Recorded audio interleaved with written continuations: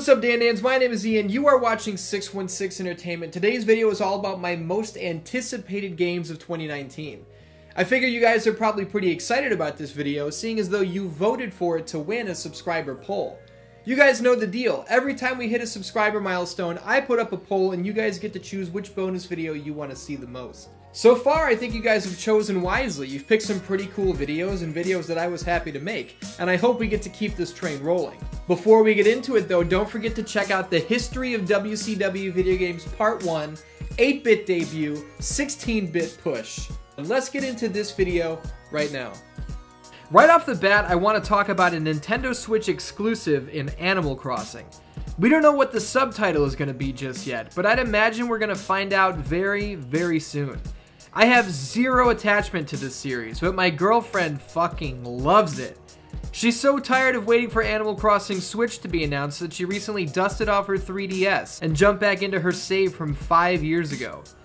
The idea that I can decorate my own house, take care of my own town, build relationships with people in the neighborhood, yeah, I totally understand the allure. I'm looking forward to going to her town and inviting her over to mine. Do any of you guys want to come to my town? Once upon a time, Bloodstained Ritual of the Night was one of my most anticipated games of 2018. Video game development doesn't always go according to plan, and the game was delayed to 2019. The team has recently hired on more developers to help out the cause, which I honestly find pretty alarming, but that doesn't change the fact that I really want to play this game. Bloodstained may be way late to the party, but I'd rather it show up later than expected while being great than on time and it turns out to be a pile of shit. Fingers crossed. I'm still not entirely sure what Media Molecule's upcoming game Dreams even is. In theory, it's a game that allows players to create whatever the hell they want to create and program it however they see fit.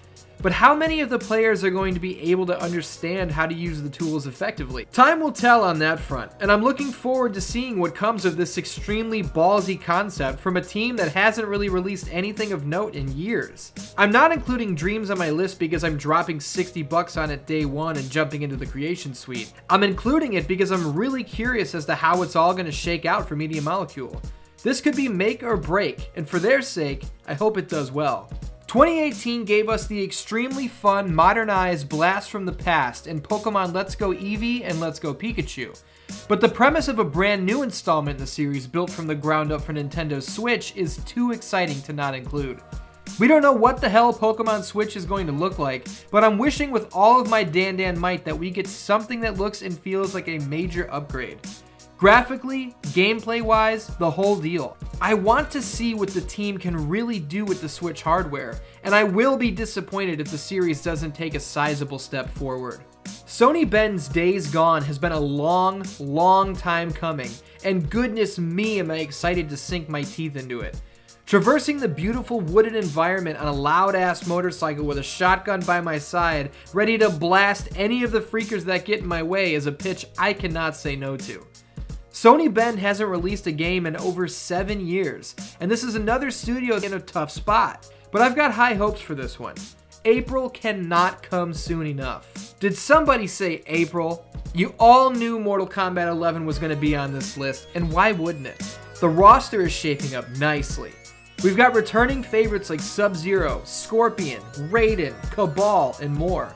We've got brand new fighters like Kronika and Garrus. The fatalities once again look like they're going to one-up the violence factor from the game before it. We've got a customizable gear system to work our own magic with. Oh my goodness gracious. I've listed all of these details and that's still nothing. We know nothing about the story mode. We've seen less than half of the roster. We have no clue what's coming in the shape of DLC. The combat is just getting started. The Pathless is the sophomore effort from Giant Squid, creators of 2016's Abzu. Where Abzu is an underwater adventure, the Pathless puts us deep in the forest, high in the mountains, and in the middle of some extremely treacherous looking boss battles. I'm getting Journey meets Shadow of the Colossus vibes, and as a gigantic fan of both of those games, I can't help but look forward to whatever it is the Pathless has to offer. Harold Halibut. This game looks fucking awesome. In a world chock full of first-person shooters and battle royales and team deathmatches, Harold Halibut is bringing something truly unique to the table. It's an adventure game that is 100% handmade. The characters are animated using stop-motion technology, and that alone is enough to get a second glance from me. Let me be honest here.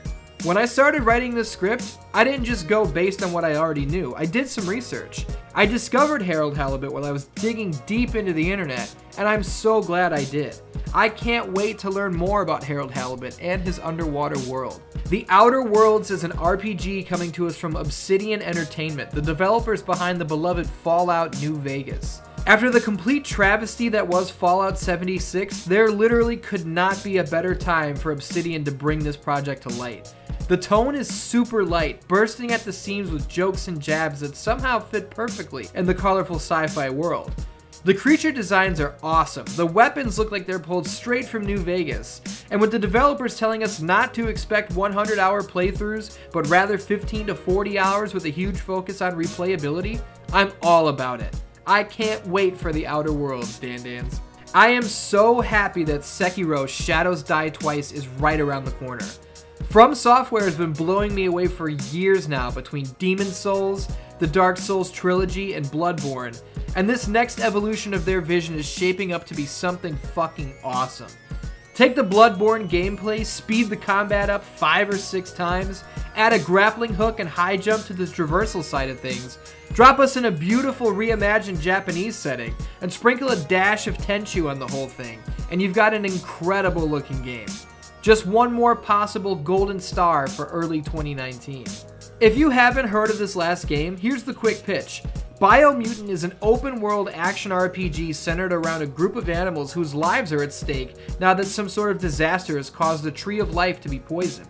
It's our goal to reach the Tree of Life's 5 separate routes and clear the poison and save the world. Oh, did I mention that these animals are all badass fighters? Did I mention they can wield guns and other weapons? Oh wait, did I bring up the fucking mech suits? I used the word unique earlier in the list when I covered Harold Halibut, but Biomutant carries that same flag loudly and proudly. If there's one way to catch my eye, it's to show me something new and crazy.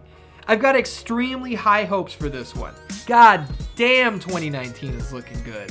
That's gonna do it, Dan-Dans. You may have noticed some gigantic games like The Last of Us Part 2, Ghost of Tsushima, and Death Stranding were nowhere to be found, and that's not due to a lack of excitement. The fact of the matter is we have no idea when these titles are dropping, and I didn't want to pull any bullshit and claim, oh yeah, this year. Death Stranding is definitely a ways out, for one.